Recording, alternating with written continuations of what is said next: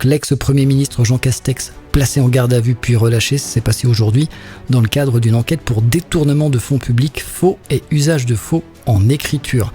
L'ancien maire de Prades et président de la communauté de communes Conflans-Canigot a été entendu jeudi par les gendarmes de Montpellier. Il a été relâché après 10 heures de garde à vue.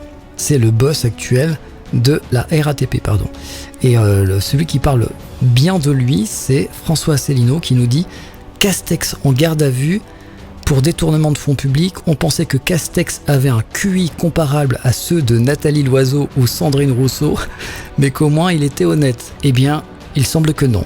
La Macronie est un égout à ciel ouvert. » J'adore, il s'est lâché François Asselineau, c'est exceptionnel. Comment ça se fait qu'il a fini en garde à vue, notre ami Castex? Eh bien, c'est grâce à Anticorps.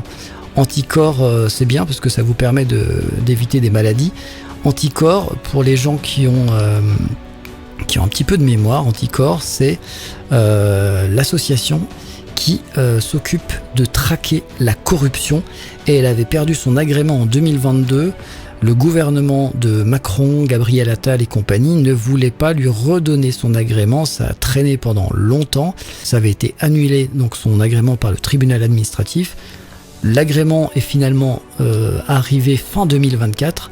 Donc c'est Anticorps qui a signalé donc notre cher ancien Premier ministre Jean Castex. Tout le monde a oublié qu'il était Premier ministre.